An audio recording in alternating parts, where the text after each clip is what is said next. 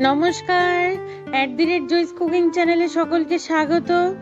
আজ বানাবো বিয়ে বাড়ির স্বাদে ফিশ ড্রামস্টিক। বিশ্বাস করুন, এমন স্বাদ হবে যে কোনো রেস্টুরেন্টকে হার মানাবে।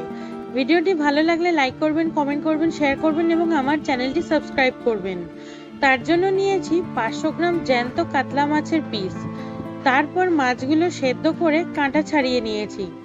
দুটো বড় সাইজের আলু, যেটা আমি লবণ হলুদ দিয়ে সেদ্ধ করে ম্যাশ করে রেখেছি।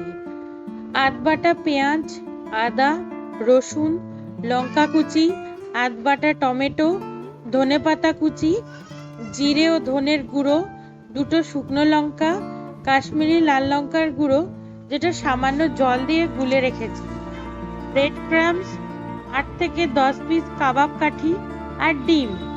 এরপর কড়াইয়ে সর্ষের তেল গরম করে শুকনো লঙ্কা ফোড়ন দিয়ে পেঁয়াজটা সামান্য একটু ভেজে নিয়েছি।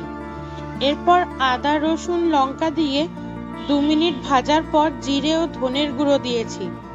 মশলাটা কিছুটা ব্রাউন হয়ে আসলে টমেটো ও হলুদ দিয়ে ভালো করে কষিয়ে নিয়েছি।